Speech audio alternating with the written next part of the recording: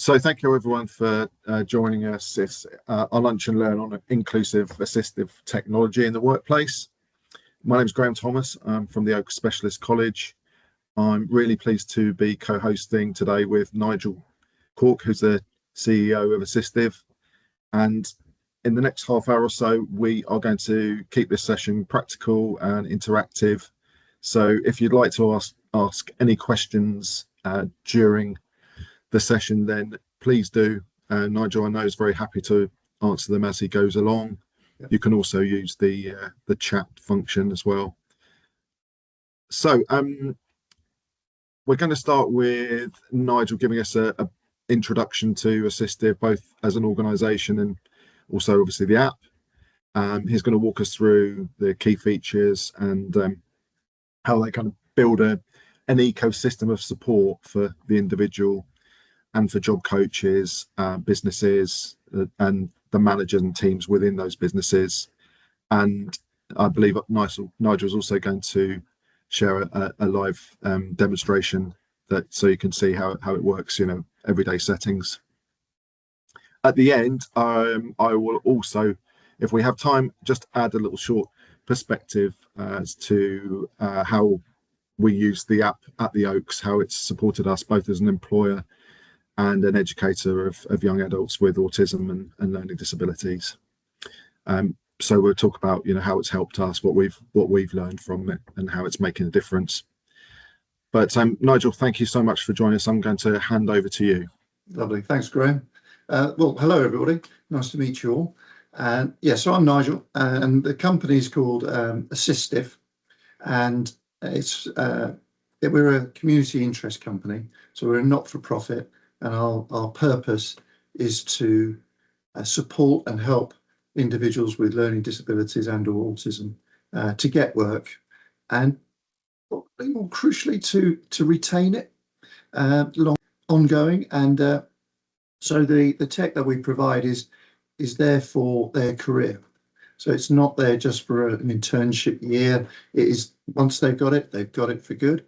And wherever they go, wherever they work, they can use the app to help support them. So I suppose it's worth saying, first of all, the key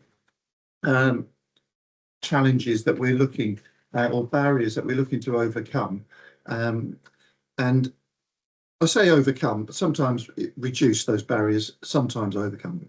But the key ones that we look to tackle are communication issues, and almost everybody that we deal with has some level of communication issue. We look at the emotional well-being side of things. So this is where certain individuals can feel anxious in the workplace, or anxious trying to get to work, and when they're feeling anxious and stressed, they're not able to work and be as productive as they can be. So we want to support them to recognise that, and also to help them communicate and then feel better and get back to work, rather than continuing to feel poorly and then maybe having to go home for the afternoon. We're looking to help them with reminders. So that could be reminders before work and what to take to work, and reminders around travelling in, but also reminders in the workplace. So it could be some simple instructions around doing a task, the sort of things that they might forget as they're doing it. And what we're trying to avoid is somebody having to speak to somebody else, tap somebody else on the shoulder and ask them a question that they often have, and that disturbs that person and the work they're doing. So if we can help them be more independent and resilient in the workplace, that's going to help them be more productive and employable. And then the final area is around social integration. So this is where people are often able to do a job role, but they find it hard to socialise and integrate into the rest of the team. Sometimes very well-meaning people in the workforce, they don't come from our sector, so sometimes they can start to misinterpret responses for rudeness, all that sort of thing. So we've got some ways in which we can help both the individual but also the people that they work with. So what I'll do is I'll share my screen in a moment, but I think it's worth just pointing out before I show you the app itself, is that the app has been built to support everybody involved. And Graham mentioned the sort of the ecosystem of different people. So absolutely, it's there to support the individual and help them with their independence and resilience. But it's also there to help the people that support that individual. So that's job coaches and other people involved in often internship programs. But also, and crucially, it's there to support the employer. So a lot of employers often they're a bit nervous about employing somebody with a learning disability. And what we're trying to do is create or allow them to feel more comfortable and confident to do that. And also to, if they are on an internship program, that when that job coaching drops off, that there is this support via the app that can replace some of that and allow them to happily continue with employing that individual. So, right, I'll just actually I'll show you my phone because it's this is that's my phone, and at the bottom corner there's an app with an A, and if I just tap that, actually that goes to the first thing they see every morning is some gamification, which is and this is how we can encourage people to use the app on a regular basis and help educate them as well. But there's a level of gamification in there which is very typical of the app world. If ever you've looked at Duolingo or any other, but once they see that and there's some rewards and everything connected with that to encourage use, they can go to their app and what they'll get is that, which is a menu of support. So what I'm going to do is show you that on my screen now. So this app is downloaded onto the individual's own phone. Okay, and that's the Apple or Android. They can download this. So once they've got this, there's a number of categories there that can help them throughout the day. So what I'm going to do is just run through some of these and show you, how they work and how simple it is, because simplicity is absolutely vital, not only for the individual, but both the employer and other support people, and the benefits that can come from this. So we mentioned communication. I'm going to go into communication straight away. And this is all linked up to my phone. Okay, so communications will come through to my phone. And you might hear my microphone might pick up the ping as I get texts and emails through. But let's say, for example, an individual is travelling into work and they're late for work. They're on a bus and there's a big traffic jam and they know they're going to be late. Now, for many people, they know that the right thing to do to be a good employee would be to contact work and let them know. But for a lot of the people we support, they find that really difficult. Often they can be anxious because they're running late, and the last thing they feel like doing is either writing a text or phoning in. So what they do is they don't do either. And then they just turn up to work 10 minutes, 15 minutes, 20 minutes late, whatever. Now, if you're the buddy or the supervisor in the workplace and somebody with a learning disability and or autism hasn't turned up for work and you don't know where they are, then often you worry, maybe disproportionately, but you do, and you start ringing round support people or maybe parents or carers. But there's a level of tension in the workplace, and what we want to do is to remove that, and also maybe help that individual who's stuck on the bus to just reduce their anxiety a notch or two. So all they have to do is click late for work and then send text. Okay, and then I don't know if you heard that ping, but I've now got an email message saying, unfortunately, I'm running late for work, and then the person's name. It's as simple as that. Now, that message can go to as many people that you wish or is appropriate. So typically, if somebody's on a supported internship, it will go through to the support staff, the job coach, whoever. But it will also go through to a buddy or a mentor or a supervisor. It can even go through to somebody in HR. It just depends who you want it to go to. But what that individual can do is by just doing that, that's a pre-written text. They don't have to think about writing it. They can then hopefully just feel a little less anxious, concentrate on getting to work. But in the workplace, everybody knows, oh, they're just running late. Fine. and that takes away that level of tension. And also from a job coaching point of view, often that when they get these messages, if they do get the message that somebody's running late, they then have to phone or contact the workplace, and that removes that need. So I'm just going to go back here. And then the next one is if somebody's unable to work, and that means, you know, they're at home and maybe they've just woken up with a flu or whatever reason it is. But again, this is something we've seen a lot of, is that if an individual can't go to work for whatever reason, often they don't let people know. And there's that double whammy of not turning up for work, but also nobody knows where they are. So again, what they can do is they can send this, and I will get a text through again, but I also get an email. And again, that can go to whoever needs to get that. So very simple for individuals that can find communication difficult, very simple for them to be professional and good employees. And I've got to say, the employers really love this, because it allows them that comfort. They know what's going on. You know, they might phone that person straight away if they're unable to work, or they might leave it for a few hours or whatever. So, okay.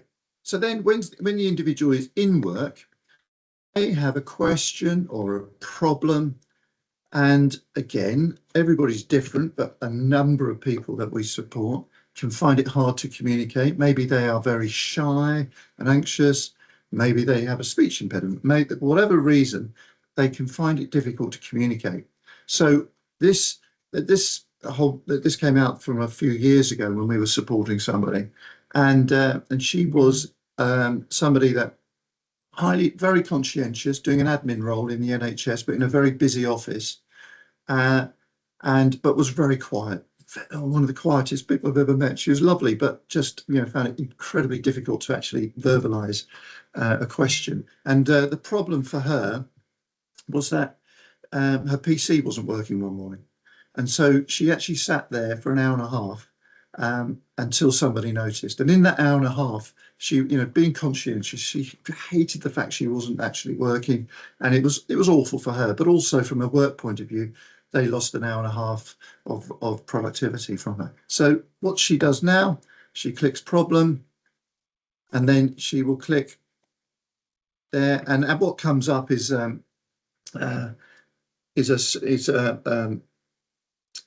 keyboard. If you were actually on the, so I'll actually do it on my phone. So if you see that white box comes up, we tap in there, the keyboard comes up. Now you'll notice at the bottom there is there's a speech to text facility that some people like to use. Others will just use the keyboard, and then they can just send that, and that will come through.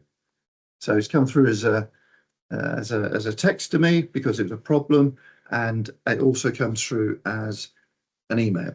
So for that individual, that particular girl, Georgia was her name, she was actually offered a job at the end of her internship. But they said to us that without this facility, they wouldn't have offered her the job, because she was an employee but didn't have a voice. By doing this, she used it regularly and would, you know, log questions that were relevant, log opinions that were relevant, and obviously had the ability to log a problem. And so that meant this one, she really didn't need anything else. That's the thing. Some people need a lot of the functionality. Others just need one or two bits, but those one or two bits can make the difference between getting a job, keeping a job. So that's communication within work.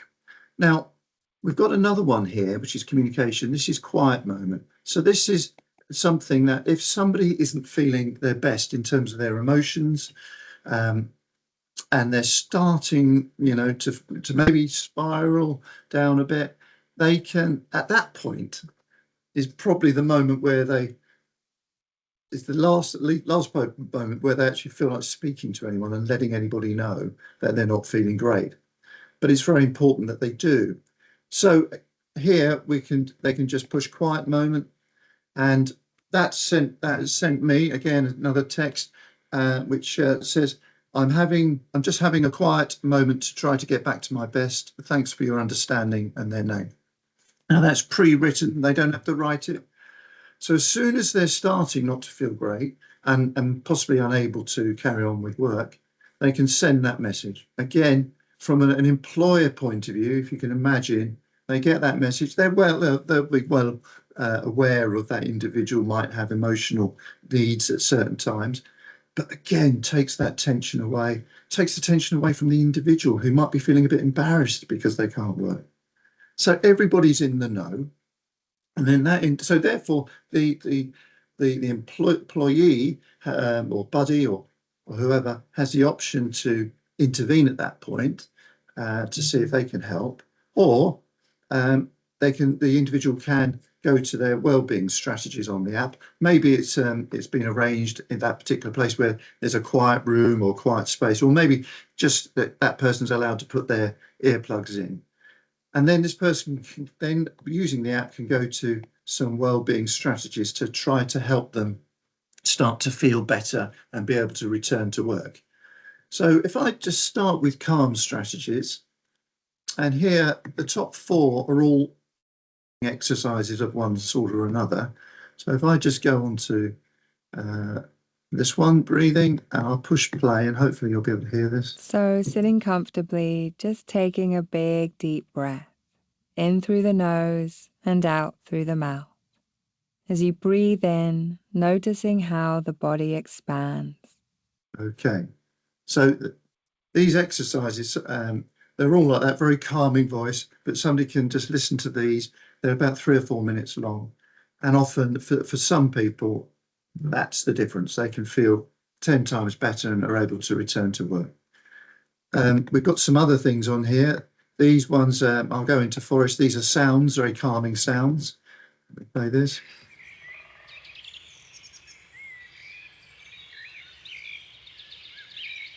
Okay, so again, that works for people.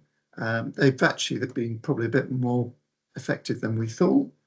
And some people can listen to that while they're working, depending on the job role, if that's what they need.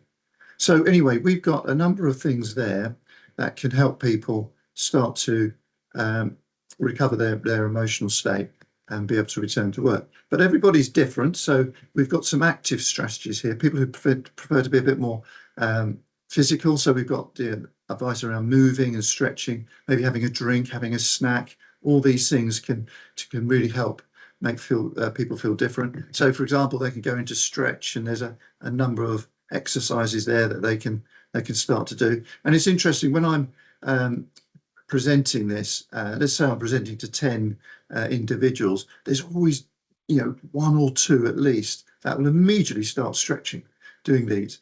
So everybody's different, and therefore we've tried to put in a variety of strategies in here. They can listen to music. We've got some upbeat music. I'll play it, but often it's very loud, so I won't play for long. Okay, probably enough of that. But again, everyone's different. So some people really get into that. Again, it changes their mood. So we've got some support there. And then some other strategies that we've got, and they're deliberately got, they've got a name to them, which is a bit more direct or whatever. So if people are feeling overwhelmed or they're panicked or they're stressed, they can go to these. Again, these are exercises that they can listen to and hopefully feel better. Okay. Now, also part of the well-being side of things is that it might be useful for people to share their feelings. And I know a number of job coaches have worked with people. So when they've started a placement, they've often been, highly anxious or whatever, and they've got them to record their feelings. But as the weeks and months go by, they can start to feel better. They can become more resilient. They can maybe identify how they're feeling. Sad is different to angry, different to frustrated, different to stressed. So that's learning, and identifying how they're feeling is very important, and that can lead to greater resilience. So this is a way people can share these feelings, and then they can be these can be collated, and when there's a review session, people can look back on them and see, and maybe pick out some trends, etc. So this has been very, very helpful for certain people. And then finally, in this area, we've got a check-in. So this could be a check-in at any time. Okay, so people can check in with their mood, one being great and on top of the world, down to 5, not feeling great at all. Now, one of the best ways to use this is that when somebody starts their shift, whenever that is, they just check in with their mood. Now, what that can do is that can let people know if they're a 4 or a 5. It can immediately let people know, both at work and maybe some support staff, and it can focus the attention of those people immediately for that early intervention, and hopefully help them feel better and be able to get on with their work. So if I click 1, again, that will come through as an email because it's 1 and they're great, and it just says have a great day. If it's let's say they've clicked in as a 4, I actually get a text. The text has just come through because you want to know if somebody's a 4 straight away. So I've got a text. And then if they wish to, they can communicate that and go straight to their wellbeing strategies. Okay. The check-in for me is one of those things that is really effective. And a lot of the job coaches that have multiple people on different sites, one, they use it to know that they've turned up in the morning and they're there, which is great. They can, if they've got 10 or 12 people they're responsible for, they can immediately focus in on maybe the 1 or 2 that are struggling that day. And also, from a work point of view, again, they know as well. We've got one person who's working for a company called Compass, who do all hospitality at the Tottenham Hotspur football ground. And there's somebody who works in the restaurant, and he turns up. I think it's always early afternoon where his shift starts, and often he's in a bad mood, and that is largely down to his mum not allowing him to go on Xbox in the morning. Simple thing, but it's but when he turns up at a 4 or a 5, he can't do the work he needs to do, and he doesn't do tokenistic work. He does all the pizza bases and everything else, so he does them brilliantly. But if he turns up in one of those bad moods, he can't do that, and they have to give him something else to do, or just wait until he feels better. Now, the person who's responsible for him there is the head chef, who's incredibly busy.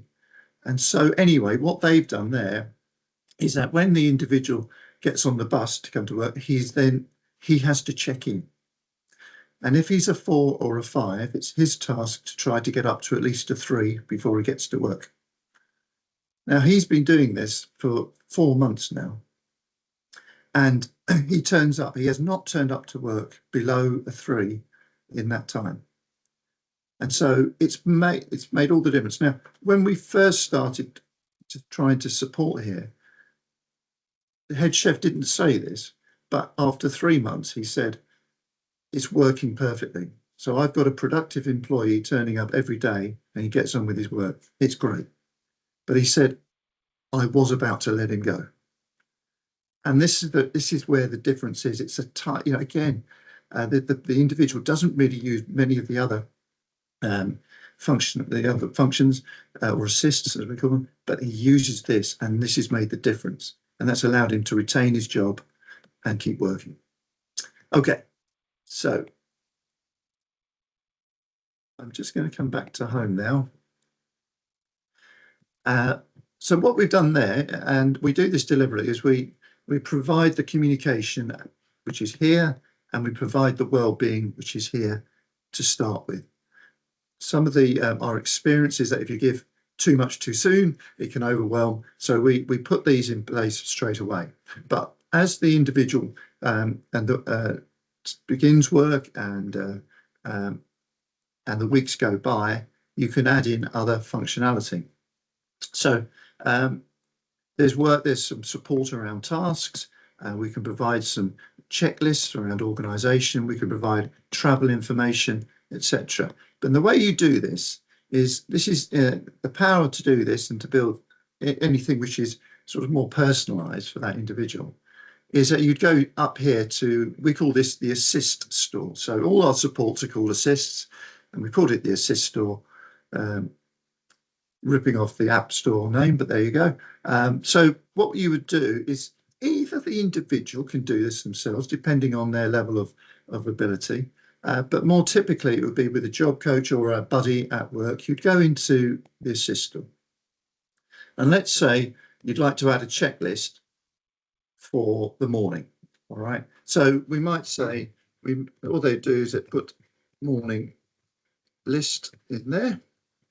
We'd go next, and then we would put in the list of things for them to remember in the morning. So that is a list of what they need. So it's not, this is where it can be personalized. So it's typically lanyards and money and lunch and drinks, but this makes a difference. We've had people who worked at the NHS who almost every other shift would turn up without their pass. And it meant that the receptionist would then have to issue a temporary pass. And it was just, that's fine if it's once in a blue moon. But if this is every other shift, it becomes a problem that could affect their chances of work. So this is very simple to do, and that can now be added. There'll be the ability to put in a notification as well. So if somebody's leaving at 8 o'clock, at 10 to 8, the phone can ping and they can go straight to their check. So let's just close that. So we go back to the home page, and so here we go. And if that individual then goes into organisation, it's the morning list is the one I've just done, and there you go. And that's what I created. So it's that quick to create some extra support for an individual. I'll go back to home. Around tasks, what we can do here is we can put some simple systematic instruction reminders around a task. And again, what you do is you go to task, next, and it could be, I'm just going to title this vacuum office. Can't spell. Okay, so that's the title of this. You might say first one is go to cupboard, and then there might be a number of steps with the code for the cupboard, 1, 2, 3, 4, and then and something else. And then you might want to upload a photograph or a video. I've got one here. It's just one I use. I can't. Okay, so that should upload. And so that's a vacuum cleaner. Okay, and then let's just add this, and you can put in more steps, obviously. And this is very simple. So for tasks now, oh sorry, I'm in the wrong place. Sorry about this. So now we would just close that. We would go back to the tasks here on the main home screen. These are loads I've put in before, but go to vacuum. This is one I've just just put in there for, and there's some instructions that I've just put in. So it's that easy to add in reminders and instructions for people. So that's the flexibility. You can there's information around travel. We'll also have a travel support button. So if they're having real problems out there, if they were lost, or they've lost their bag, or whatever, there's something has happened while they've been out, they can push a button, and that sends a message to whoever you wish it to go to, but often it can include a parent or a carer, and it also sends a Google Maps location, so people immediately know where people are. So I'm going to leave it there, because only the last part is the the social integration side, which I won't build one, but again here, this is where people can share information about themselves, any hobbies or interests, anything about them, which then shared with maybe some well-meaning colleagues, and what it does is that it helps those well-meaning colleagues to start a conversation with somebody who is often, it's difficult to start a conversation with. So they could immediately, if they put down Formula One, they can just ask them about, anything about Formula One, just to make that easier for both parties. And then the individual themselves there's a couple of things where we coffee break or lunch break. They just put the time in, say it's 10:30. They just put 10:30 in, push send, and a text goes to the volunteers saying, I'm taking my break at 10:30. It'd be great if we could meet. And then, because what often for the individuals that do struggle to socialise and integrate, instigating a social engagement is very difficult for them at times. So they can do this and they send it, and it's worked amazingly well for certain people. So there's some that's the final little bit of functionality. So thank you for that. Hopefully that's given you a good idea of how it works. It's very simple for everybody to use, and it's very simple and flexible to build functionality in there that can help that individual person. Thank you, Nigel. Thanks so much for all of your insight there as to how the app works. No problem, Scott. Thank you. If you have any questions, please do email them to me. More than happy to pick those up offline. I just wanted to say how, from the Oak Specialist College perspective, how Assistive has really helped us, because it's done so in two excellent ways. Firstly, as an employer, so we piloted the app with a member of our site team here as a former learner of the college, and this really enabled him to sort of take on more tasks independently, and it also gives him confidence day to day, but the confidence for the team that there's real quality assurance built into to the app as to what he's then doing, and through those really clear prompts and that boost in his confidence, it's been extremely powerful. It's allowed him to take on things that perhaps might have been inaccessible to him in the past. Just as an example of that, because he doesn't read and uses text to speech with his devices, he's been able to use the app to record water temperature and safety levels, which would have been a quite laborious paper form process previously. And so now he can do that super accurately, really easily with his device, and it's also given the team now a much better digital way of keeping all of that information. And then as an educator, we are now using it as well with our learners at the college, and we've used quite a lot of the functions that Nigel's mentioned, particularly the check-in is proving really useful at the beginning of a day when our learners might be out of the college on work placements. Well, right. Thanks again, Nigel, and thanks everybody for dialing in. Thanks, Sammy. For our viewers on recording, if you wanted to find out more, you can go to assistive.org.uk, and it's Assistive without an E. Well done, Graham. Thank you very much. Lovely. Great stuff. Thank you, everybody.